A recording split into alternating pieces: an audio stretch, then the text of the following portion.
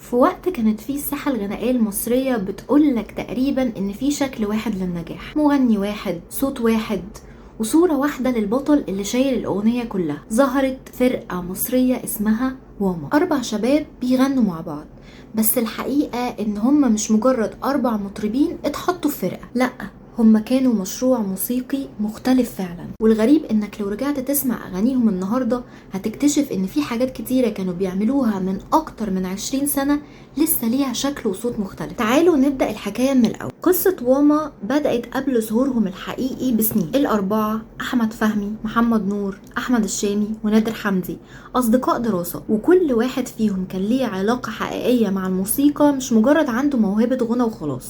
الفرقة بدأت في الأساس سنة 1998 كفريق موسيقى مش كفريق غنائي، وبعدين ظهر اسم واما في بداية الألفينات، وبدأوا ينزلوا أول ألبوم ليهم سنة 2003 وهو ألبوم يا ليل. وهنا بقى تحصل النقلة. فكرة انك تعمل بوي باند مصرية بتغني بالمصري ما كانتش موجودة بالشكل اللي واما قدمته. الفكرة موجودة في الفرق الأجنبية، بس هل واما خدته وعملته زي ما هو؟ إطلاقا.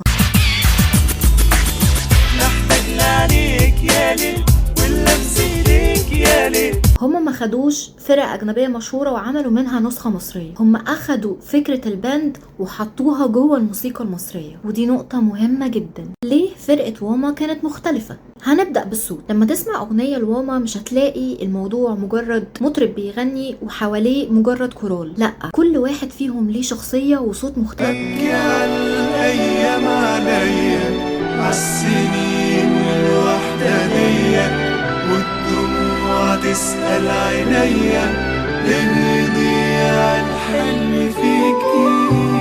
وخامة صوت مختلفة عن التاني تماما، وده خلق مساحة لحاجة اسمها فوكال هارمونيز، يعني الأصوات نفسها بتشتغل مع بعض، مش بس مجرد واحد بيغني والباقيين بيسندوه. وده فرق كبير جدا، لأن انت بقيت بتسمع الأغنية كفرقة مش مطرب ومعاه 3 أشخاص، ودي واحدة من أهم الحاجات اللي خلت أغانيهم ليها إحساس مختلف تماما. خلينا ناخد مثال موسيقي ليهم، أغنية يا ليل.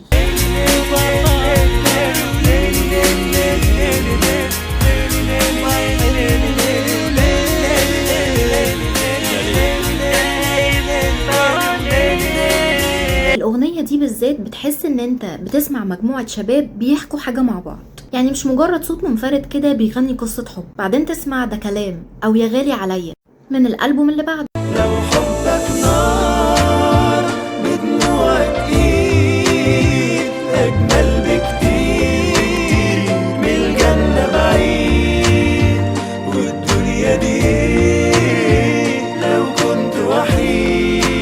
تبدأ تلاحظ كده ان الموضوع مش صدفة، ده فيه هوية بدأت تتكون. الألبوم التاني صدر سنة 2005 وهو ألبوم يا غالي عليا، واللي كان فيه أغنية تحفة جدا كلنا لحد دلوقتي بنغنيها ولحد دلوقتي بتطلع ترند، تحليف لا صدق.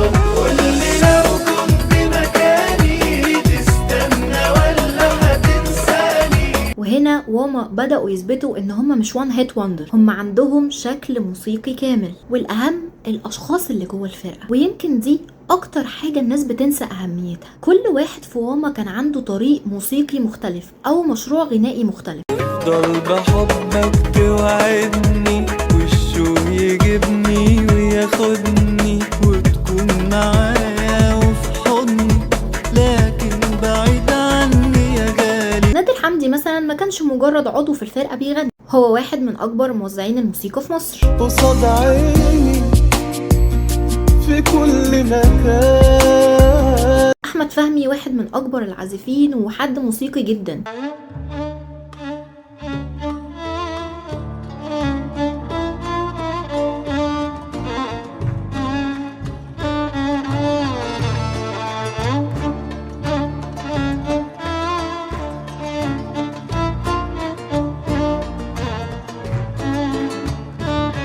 محمد نور نفس الكلام.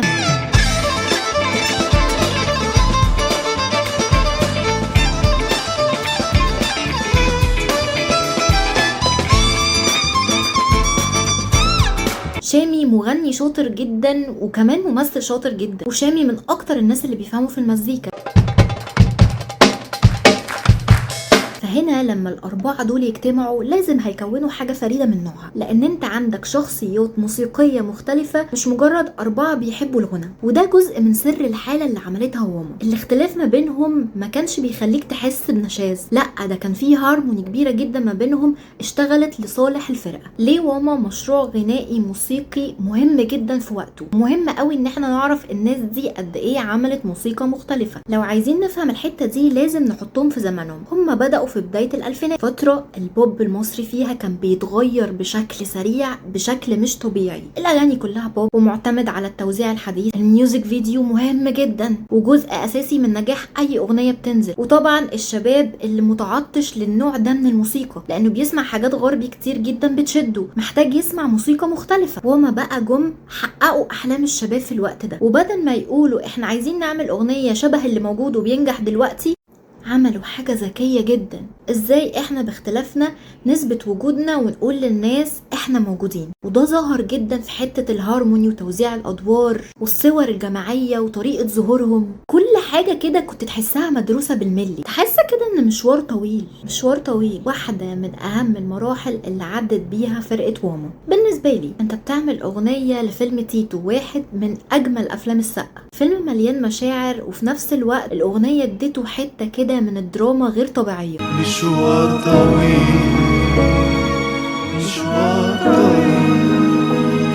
مش اغنية حب، انت عامل اغنية الفيلم بطريقة حساسة بشكل مش طبيعي، فيها حركة، فيها حنين، احساس انك ماشي في طريق طويل وبتفتكر حاجات. وانا وحدي بمشي في سكتي موجود عافر بنتصر. حسيت ان واما عملوا اغنية لو سمعتها من غير الفيلم هتتخيل الفيلم. وهنا ما كانوش بيعملوا مجرد اغنية منفصلة، هما كانوا بيعملوا حالة، اغنية ليها عالم. وبعد يا ليل ويا غالي عليا كملوا بألبوم رايحة جاية، وبعده كان يا مكان. وفي خلال الرحلة دي كل واحد بدأ يبني اسمه الموسيقي والفني بعيدا او منفردا لوحده بعيدا عن الفرقة. وده كان بالنسبة لي سلاح ليه حدين، من ناحية ان كل واحد فيهم اثبت ان هو ليه قيمة فنية كبيرة في الساحة، بس في نفس الوقت الفرقة بدأت تختفي وبقت أعمالها مع بعض قليلة جدا. بس ليه رغم الغياب ده الناس لسه فاكرة واما؟ وده السؤال الأهم، ليه بعد السنين دي وليه رغم غيابهم الطويل ليه الناس لحد دلوقتي مهتمية باسم واما؟ وليه أول لما بيجي اسم واما فجأة بنلاقي نفسنا بنفتكر أيام معينة بتفاصيلها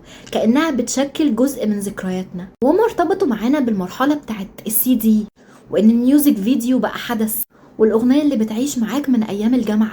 بس هي مش بتحسسك بالنوستالجيا، لا، لان هي اغانيهم لحد دلوقتي مش بتختفي، بس المزيكا بتاعتهم اللي كانت بتعتمد على الهارموني والميلودي كل دي بتثبت في دماغنا بشكل مش طبيعي وبتثبت في ذكرياتنا. وفي نفس الوقت انت بتقدر لحد دلوقتي تسمع اغانيهم كانها اغنيه لسه نازله امبارح، فانت مش بتحس ان انت بتسمع اغنيه قديمه، لا، هي اغنيه جديده بس بترجع لك ذكريات.